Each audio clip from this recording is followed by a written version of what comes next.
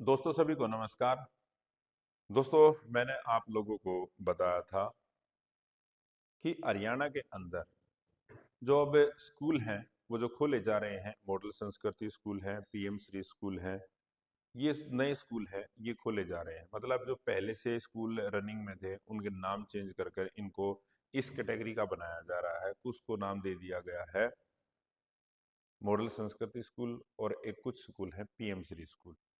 ठीक है, तो आज हम पीएम श्री स्कूल के बारे में डिस्कस करेंगे। इसकी एक क्लास मैंने पहले आप लोगों तक डाल दी थी, आज इसका सेकंड पार्ट है ये।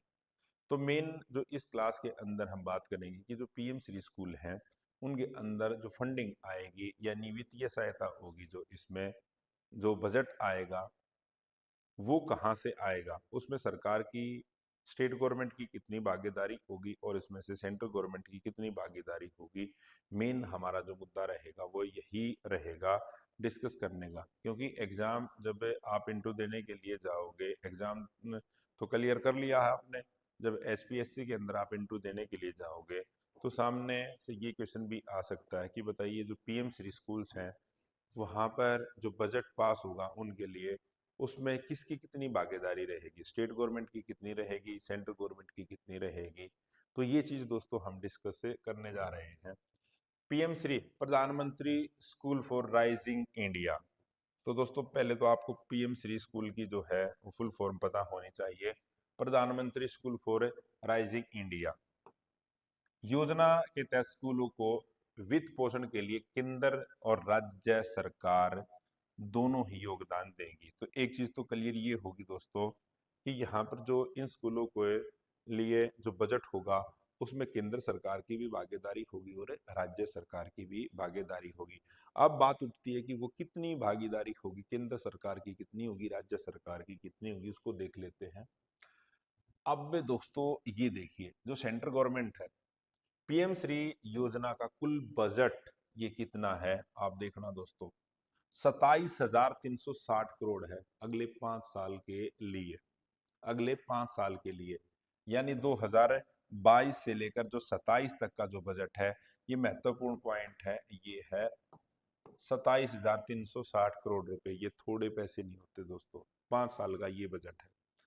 केंद्र सरकार द्वारा यहाँ पर जो 60 से लेकर 90% तक की फंडिंग प्रदान की जाती है, जो अब निर्भर करता है कि 60% किसको मिलेगा और 90 किसको मिलेगा। ठीक है, ये चीज आपने ध्यान रखना। जो सामान्य राज्य हैं जिनको कोई विशेष राज्य का दर्जा नहीं दिया गया, तो उनके लिए तो जो फंडिंग रहेगी दोस्तों ये 60% रहेगी। 60% केंद्र सरकार देगी और 40% वहां पर वो राज्य सरकार देगी।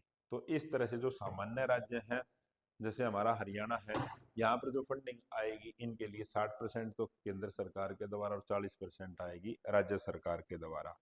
जिनको विशेष राज्यों का दर्जा दिया गया जैसे पूर्वोत्तर, नॉर्थ ईस्ट के जो राज्य हैं, और जैसे हिमालयी राज्यों के लिए 90% जो केंद्र सरकार 90% और 10% राज्य सरकार देगी।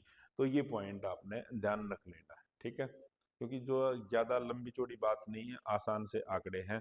मेन तो यही पता होना चाहिए कि जो पीएम श्री स्कूल्स हैं उनके लिए जो फंडिंग आएगी, बजट आएगा, वो कहाँ से आएगा। तो आप को पता होना चाहिए कि उसमें केंद्र सरकार की भागीदारी भी होगी और उसमें राज्य सरकार की भी भागीदारी होगी।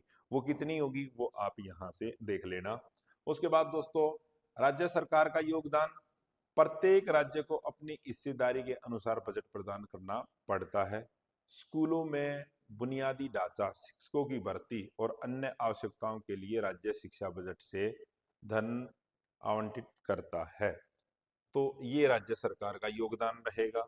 उसके बाद दोस्तों जो हमारा शिक्षा मंत्रालय है और समग्र शिक्षा अभियान है, उसके तहत केंद्र शिक्षा मंत्रालय इस योजना को लागू करता है, उसी के अंडर ये लागू की गई है। और समग्र शिक्षा अभियान के तहत भी इन स्कूलों को अतिरिक्त बजट मिलता है। Smart class, lab, digital learning और शिक्षकों का प्रशिक्षण किया जाए, इसके लिए फंडिंग होगी, बजट मिलेगा।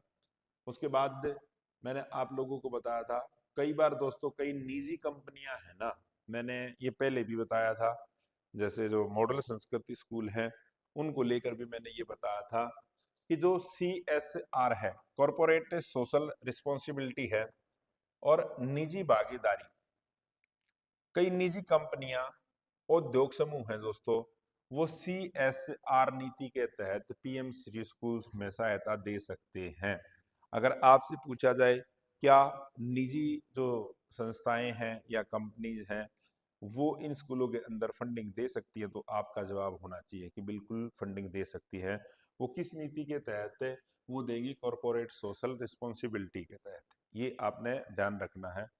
यह सहायता डिजिटल लर्निंग टूल इंफ्रास्ट्रक्चर है उसमें सुधार और शिक्षकों के प्रशिक्षण में लगाई जाती है। यानी जो यहाँ पर फंडिंग आएगी, पैसा आएगा, उसमें को इन चीजों पर खर्च किया जाएगा। तो दोस्तों ये चीजें आप लोगों ने ध्यान रखनी है। PM श्री स्कूल की जो पहली क्लास है मैं आप लोगों के लिए डाल चुका था। तो दोस्तों ये हमारा एक जो प्रयास है। और दोस्तों कई बार अंतर्राष्ट्रीय संस्थाएं हैं ना, जैसे वो भी अनुदान देते हैं। जैसे कुछ मामलों के अंदर यहाँ पर जो पैसा आएगा वर्ल्ड बैंक से भी आएगा, यूनिसेफ से भी आएगा, और जो दूसरे अंतर्राष्ट्रीय संगठन है जो शिक्षा के लिए काम करते हैं वो भी इन स्कूलों के अंदर बजट अलॉट करेंगे। ठीक है, तो ये संस्थाएं दोस्तों PM श्री स्कूलों को तकनीकी और वित्तीय सहायताएं देती हैं। ये महत्वपूर्ण आप ध्यान रख लेना। यदि आपसे क्वेश्चन ये पूछा जाए PM श्री जो स्कूल्स हैं उनके अंदर बड़ी लेटेस्ट जो फैसिलिटीज जो भी हैं वो दी जा रही हैं, इसके लिए पैसा कहाँ से आएगा, या आपसे ये पूछा जाए इनके लिए बजट कहाँ से आता है, तो आपका जवाब ये होना चाहिए।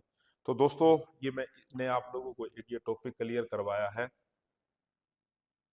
ये हरियाणा सरकार ने कितना बजट दिया है, केंद्र सरकार से कितना आएगा, अभी ये सारी चीजें मैं नेक्स्ट क्लास के अंदर डिस्कस करूंगा दोस्तों।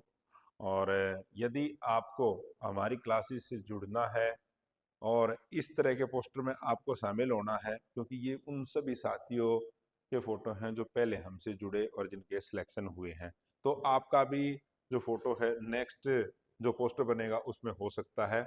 उसके लिए आपको गूगल प्ले स्टोर पर आना पड़ेगा और वहां से हमारी ऐप एडू चाणक्य डाउनलोड करनी पड़ेगी।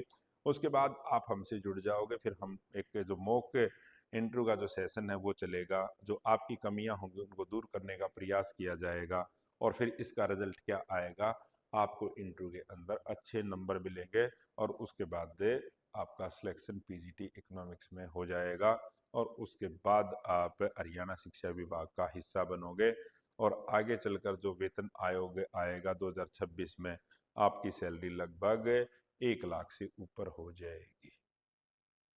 ठीक है, तो दोस्तों आप के मन में अगर थोड़ा भी ये शंका है आपकी कि मेरा पेपर क्वालिफाई हो गया है अभी, लेकिन इंटरव्यू में मेरे को हो सकता है कहीं ना कहीं कमी लग रही है, तो ज़्यादा सोच विचार नहीं करना, आप हमसे जुड़िए। और दोस्तों बहुत सारे ऐसे मामले यानी केसेस हैं जिनमें जो छात्रों के रिटन के अंदर बड़े अच्छे नंबर आए लेकिन इंटरव्यू में उनको कम नंबर मिले और उनका सिलेक्शन नहीं हो पाया। और कई ऐसे भी हमारे साथी थे जिनके बॉर्डर लाइन पे उनका रिटर्न क्वालिफाई हुआ था, लेकिन इंटरव्यू में उन्होंने इतना अच्छा स्कोर किया, 9 से ऊपर भी नंबर ले गए वो, और उसके बाद फाइनल मेरिट में उनका नाम आ गया। ठीक है, तो दोस्तों यदि आपको हमसे जुड़ना है तो गूगल प्ले स्टोर पर जाइए, आप हमारी ऐप ये डाउनलोड कीजिए, और फिर भी आपके मन में कोई शंका है तो 9996406888 पर कॉल कीजिए। तो दोस्तों मिलते हैं नेक्स्ट सेशन के अंदर, और कमेंट कीजिए कि आपको मेरी क्लास कैसी लगी। जय हिंद, जय भारत, जय हरियाणा।